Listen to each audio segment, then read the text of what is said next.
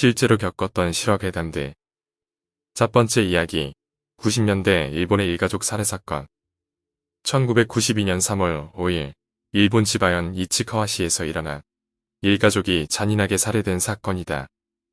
사건의 발단은 19세 불량 미성년자의 비행으로부터 시작되었다. 이미 어릴 때부터 눈에 보이는 여자마다 겁탈하고 강도짓을 일삼았던 이 범인은 2월 8일 필리핀인 호스티스를 납치한 뒤 이틀 동안 감금하고 관계를 가졌다. 이 호스티스는 이틀 뒤에 자신의 가게로 돌아와 가게 주인에게 이 사실을 알렸고, 가게 주인은 빡친 나머지 자신이 알던 야쿠자에게 이 범인을 손봐달라고 요청하게 된다. 이걸로 인해 그는 야쿠자에게 쫓기게 되었다. 야쿠자에게 쫓기게 되자 불안해진 범인은 2월 11일 도쿄도 나카노구에서 길을 걷는 여성을 덮쳐 차로 자신의 집까지 끌고 가서 겁탈하는 짓을 저질렀다. 2월 12일 이 사건의 최대 피해자인 여고생이 이 범인의 눈에 띄게 되었다. 범인은 쇼핑을 마치고 자전거로 집에 돌아가던 여고생을 보고 그녀의 자전거와 차를 충돌시킨 뒤 치료를 한다면서 병원에 데려갔다. 별 상처가 없이 치료를 받고 나온 여고생에게 범인은 집에 데려다 주겠다며 자신의 차에 타게 했다. 의심 없이 차를 탄 여고생이었지만 범인은 여고생의 집이 아니라 자신의 집으로 여고생을 끌고 간 뒤 그곳에서 그녀를 겁탈했다. 그리고 그녀의 학생 수첩에서 소녀의 이름과 집 주소를 베껴 적은 뒤 아무에게도 말하지 말라고 협박하고 돌려보냈다. 같은 날 밤 범인은 호스티스 가게 주인의 요청을 받은 야쿠자의 두목에게 끌려갔다.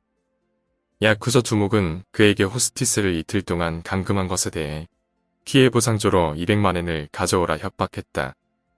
범인은 야쿠자들이 두려워서 결국 여기에 동의하고 겨우 풀려나올 수 있었다. 200만엔을 도무지 구할 길이 없게 되자 범인은 전에 자신이 교통사고를 낸 뒤에 겁탈했던 그 여고생을 떠올렸다. 그녀의 집에 돈을 훔치러 들어가기로 결심한 그는 3월 5일 오후 4시 30분경 여고생의 집에 침입했다.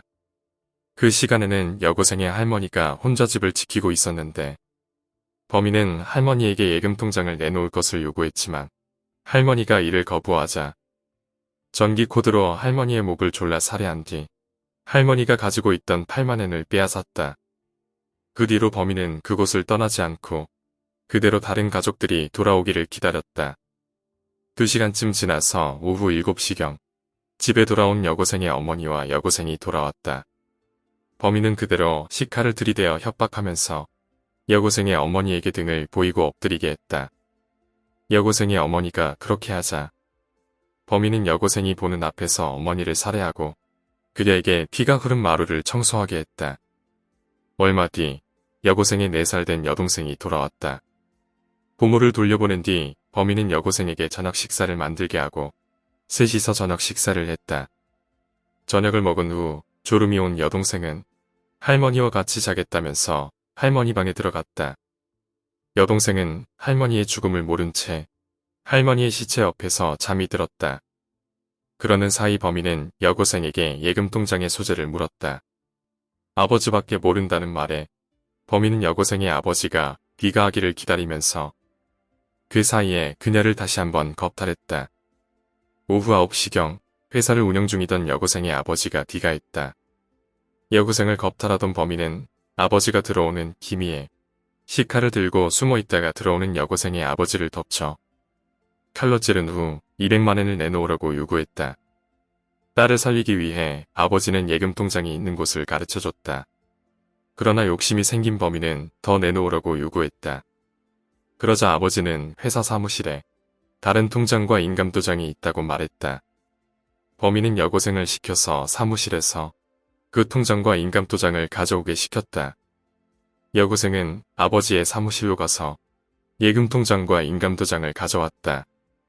아버지의 회사의 동료들이 왠지 이상한 모습에 무슨 일이냐고 물었지만 여고생은 그저 야쿠자 핑계를 대고 돌아왔다.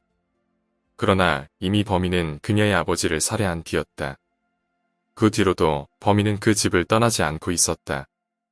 다음 날 새벽 6시경 걱정이 된 아버지 회사의 직원이 여고생의 집으로 전화를 걸었다.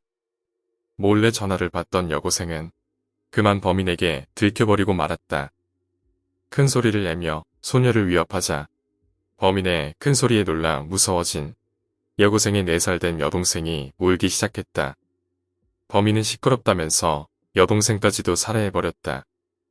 어처구니 없게도 범인은 계속 그 집에 머무르고 있다가 오전 9시쯤 여고생 아버지가 운영하는 회사에서 아무래도 이상한 느낌이 들어 경찰에 신고했고 경찰은 여고생의 집으로 출동해서 범인을 현행범으로 체포했다.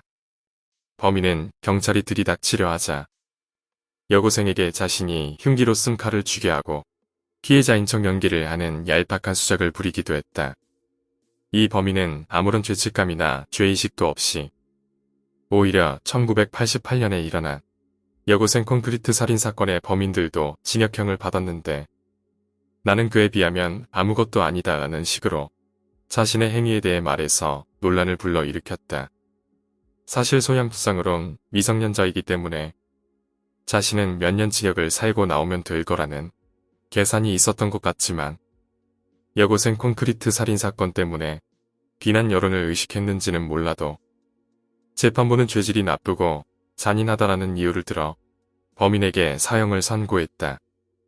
여담이지만 이 사건에서 살해된 여고생의 아버지는 노스웨이옥 사건에서 미우라 카즈요시의 얼굴을 그대로 노출시킨 사진을 찍어 논란이 된 언론기사에서 미우라 카즈요시의 얼굴을 촬영한 카메라맨이었다고 한다. 이후 이 사건의 피해자 겸 생존자인 여고생은 행방이 어떻게 되었는진 알 수 없다. 비록 범인을 체포할 당시 경찰이 신속하게 구출해내고 보호했다고는 하지만 겁탈을 2번씩이나 당하고 위로해줄 수 있을 일가족은 모두 죽었고 어머니와 여동생의 죽음을 눈앞에서 보고 피까지 직접 닦기까지 했는데 그동안을 어떻게 살아왔을지는 분명 상상하기도 괴로운 일일 것이다. 어쩌면 지금 이 순간까지도 아버지, 회사 동료들한테 도움을 청하거나 경찰에 연락했다면 가족을 구해낼 수 있었을지도 모른다. 하지만 그렇다고 해서 이 여고생에게 책임을 물을 수 없는 것이 이미 자기 가족이 눈앞에서 죽고 겁탈까지 당한 상태에서 정상적인 판단을 내릴 수 있을까? 다만 집까지 태워준다는 범인이 자기 집 주소를 알아냈다는 걸 알았을 때 사실대로 말하고 대책을 세웠다며 이러한 상황이 발생하지 않았을 것이란 점에서 안타까운 일이다. 물론 강간이나 폭력의 피해자가 된다면 도움을 청하는 것이 맞는 행동이지만 그것을 털어놓는 데는 엄청난 각오와 용기가 있어야 한다는 것을 생각하자. 2번째 이야기, 전 여자친구의 죽음. 수업 시간에 애들이 다 자고 있어서 선생님이 잠 좀 깨라고 무서운 얘기를 했었었는데 아직도 기억나. 선생님이 교대 다닐 때 남자 선생님들은 2분류로 나뉘었는데 정말 홀쭉하거나 정말 뚱뚱하거나 둘 중 하나였대. 그런데 그 선생님들 중에 정말로 잘생긴 분이 있었는데 당연히 우리 학교 선생님도 그분이랑 친해지려고 엄청 붙어 다녔었대. 아는 선배가 그 남자애랑 엮이지 말라고 계속 뭐라 했었지만 처음에는 그냥 그분이 잘생겨서 질투나서 그런가 보다 하고서 계속 친하게 지냈었지.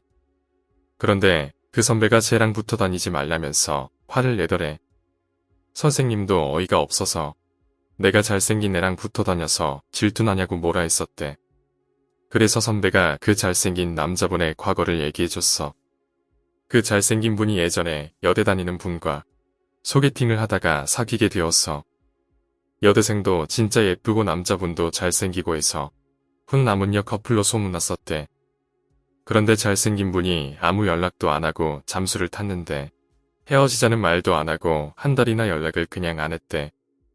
처음에는 여자친구가 제발 연락 좀 받아달라고 했는데 그 후론 연락이 안 오길래 체념하고 여기서 끝냈어. 그리고 그 후에 다른 여자를 만나서 사귀었어. 그분과 관계가 정말 깊어져서 결혼까지 생각할 정도가 되었대. 그런데 며칠 전부터 자꾸 여자친구가 해가 지기 전에 집을 들어가는 거야.